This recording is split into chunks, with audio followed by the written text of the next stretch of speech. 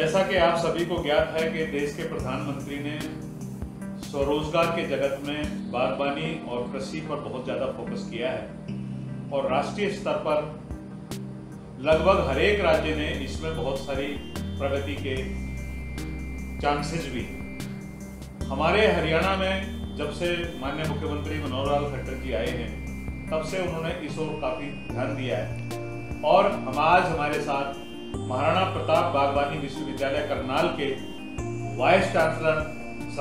Doctor Samar Singh ji मौजूद हैं। तो मैं उनसे आपको ये कुछ जानकारियां दूंगा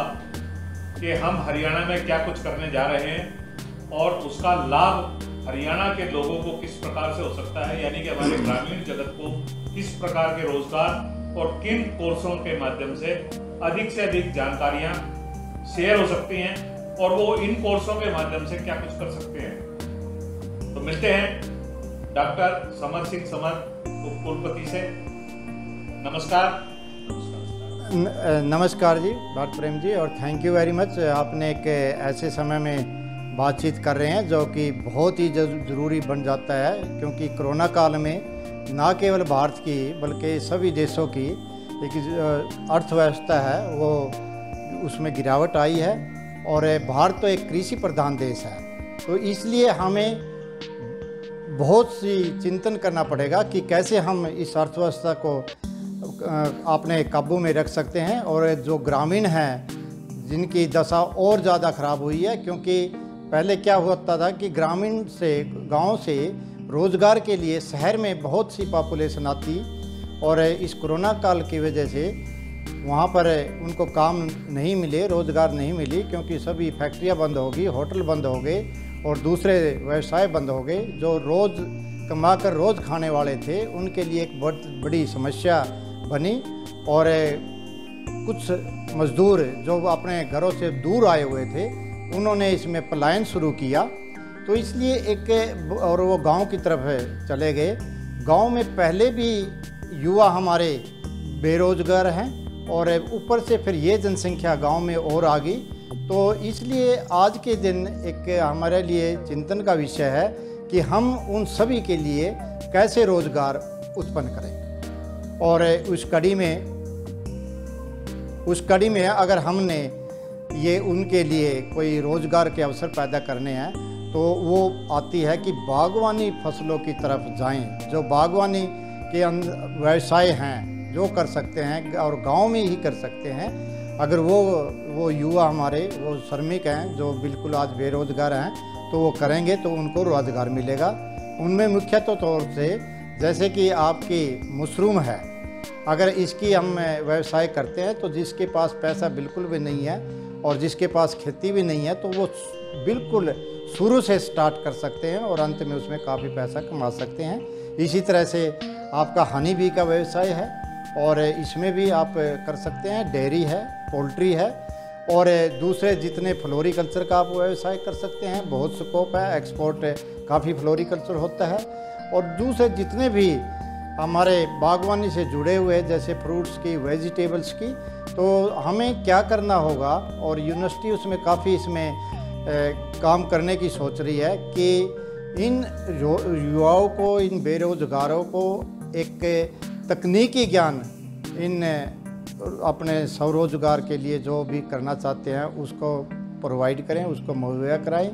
और उसके लिए हमारी प्लानिंग यूनिवर्सिटी की यही है, क्योंकि यूनिवर्सिटी में आमतौर पर डिग्री कोर्सेज होते हैं, यूजी कोर्सेज, उसके बाद पोस्ट ग्रेजुएशन, एमएससी और फिर पीएचडी। किंतु ये एक लंबा प्रोसीजर है। 4 साल में यूजी होती है, फिर उसके बाद 2 साल में एमएससी होगी, फिर 3 साल में पीएचडी होगी। तो उस तरह से तो हम किंतु जो अब बेरोज़गार हैं उनके लिए क्या होना चाहिए कि कुछ शॉर्ट टर्म कोर्सेज, ताकि वो उसका पूरा ज्ञान लेके उसको अच्छी तरह से समझ के उसका व्यवसाय पूरा कर सकें, उसको व्यवसाय करके अपनी कमाई कर सकें। और जैसा कि अभी आपने बताया कि हमारे यहाँ लंबी ड्यूरेशन के कोर्सेज हैं, तो हमारे जो किसान बच्चे हैं या जो ग्रामीण बच्चे हैं हमारे, वो कितने पढ़े लिखे होने चाहिए इसके लिए? देखिए, गांव में ग्रामीण हर तरह के युवा मजबूत, हर तरह के युवा हैं, श्रमिक हैं, उनमें पढ़े लिखे भी हैं और कम पढ़े लिखे भी हैं, किंतु फिर भी आज के दिन क्योंकि जैसा कि शिक्षा बढ़ी है तो हमारे युवा भी बढ़े हैं, मतलब उनमें भी शिक्षित का दर है जो वो काफ़ी बढ़ा है, शिक्षा का स्तर काफ़ी बढ़ गया है, जो पहले से बहुत ज़्यादा बढ़ा है। और जो ये रोज़गार हम कहते हैं, जैसे कि मैंने अभी बताया है, छोटे मोटे हैं, तो उनके लिए अगर 10वीं पास भी है तो वो भी पूरी ट्रेनिंग का ज्ञान ले सकता है। और जो +2 है या फिर ग्रेजुएशन है, उनको और फ़ायदा इसलिए हो जाएगा क्योंकि आज का ज़माना एक इंटरनेट जिसको हम कहते हैं उसका है। जैसे कि आज हम सभी मीटिंग वेबिनार पे करते हैं, तो अगर उसका ज्ञान होगा तो वो अपने व्यवसाय को अच्छी तरह से चला सकेंगे, क्योंकि वो घर बैठे ही इंटरनेट पे के द्वारा अपनी सारी इन्फॉर्मेशन,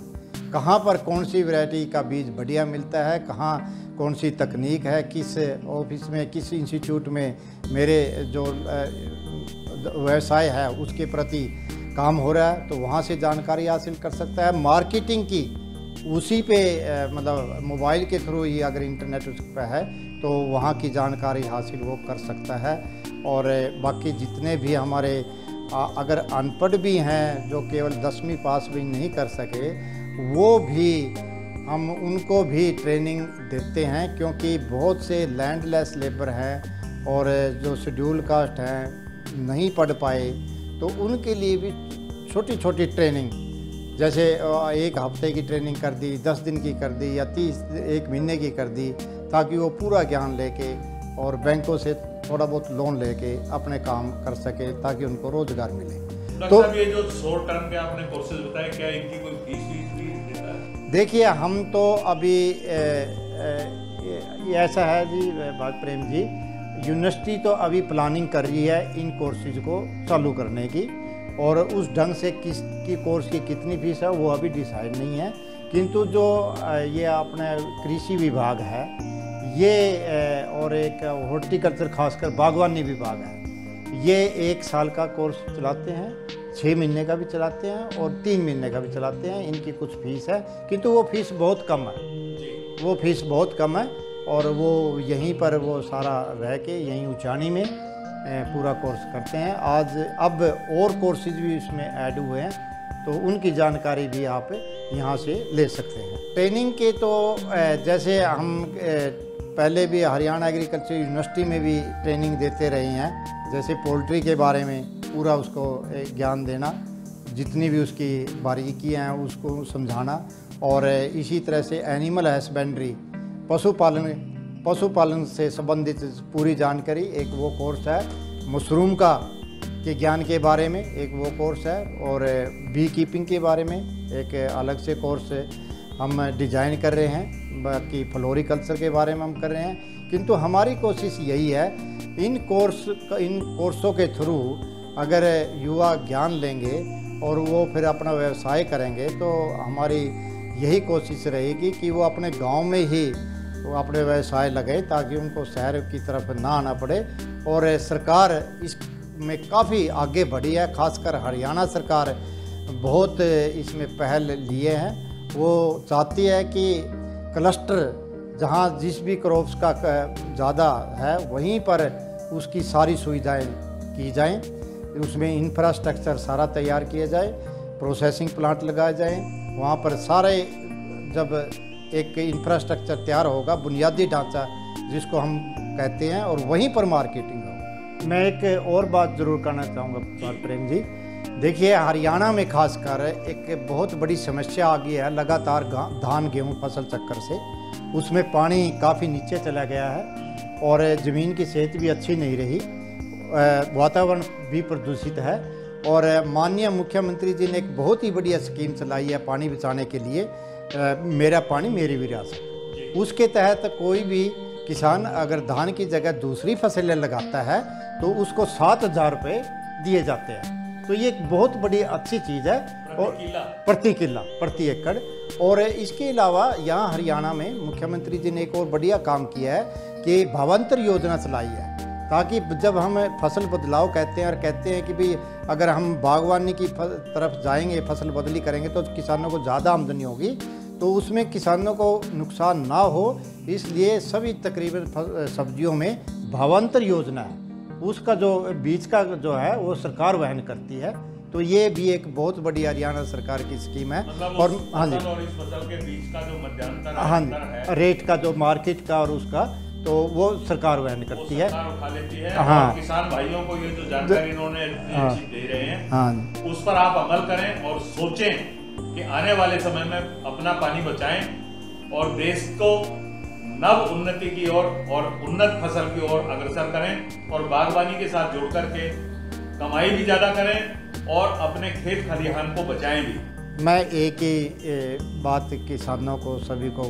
बताना चाहूँगा कि जितने भी संस्थान भारत सरकार के हैं या हरियाणा के हैं, और उनमें खासकर माननीय प्रधानमंत्री जी और मुख्यमंत्री जी की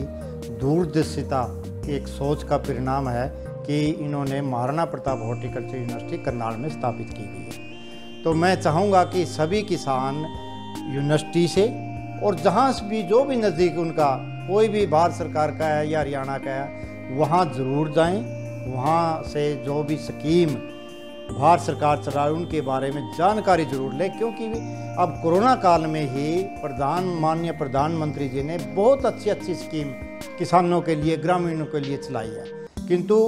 वो उस चीज़ का तभी फ़ायदा उठा सकेंगे अगर उनको जानकारी होगी। तो मैं मीडिया से भी ये रिक्वेस्ट करता हूँ कि उन स्कीमों की ज़्यादा से ज़्यादा जानकारी हमारे युवाओं को, ग्रामीण भाइयों को उनको दी जाए और ताकि वो उस चीज़ का फ़ायदा उठा सकें। जैसा कि आपने बताया, हमारे माननीय मुख्यमंत्री जी और कृषि मंत्री जी इस पर पूरा पेन लेकर के ग्रामीणों और ख़ास तौर से दलित, पिछड़े और गरीब लोगों के लिए ये बहुत अच्छे कोर्सेज हैं। मैं आप लोगों के माध्यम से ये बता देना चाहता हूँ कि अधिक से अधिक ग्रामीण नौजवानों को इसमें हिस्सा लेना चाहिए और आने वाले समय में मुख्यमंत्री महोदय के और खास तौर से प्रधानमंत्री के सपनों का भारत बनने में एक बड़ी पहल का शुभारंभ हो चुका है। और इस कोरोना काल में जो हमें सिखाया है उसका लाभ लेने के लिए जो बहुत सारी बातें हमारे किसान भाइयों को पता नहीं है, वो जितने भी हमारे राज्य स्तर के या ग्रामीण स्तर में केंद्र सरकार के इस प्रकार के केंद्र हैं जो कृषि से संबंधित जानकारियां उपलब्ध कराते हैं या रोजगार परक कोर्सों को कृषि और बागवानी या उन्नत कृषि से जोड़ करके जो कुछ हमें शिक्षा देते हैं, यदि वो उनमें जाएंगे तो देश का जो भविष्य बदलने वाला है उसका लाभ वो उठा सकेंगे। इन्हीं शब्दों पर आज हमारे साथ डॉक्टर समर सिंह समर कुलपति जी ने जो है बहुत सारी बातें आपको और हमें बताई हैं। तो मैं इन्हीं शब्दों के साथ आपको लिए चलता हूं, फिर मिलूंगा इसी समय इसी चैनल पर। नमस्कार, जय हिंद, जय भारत।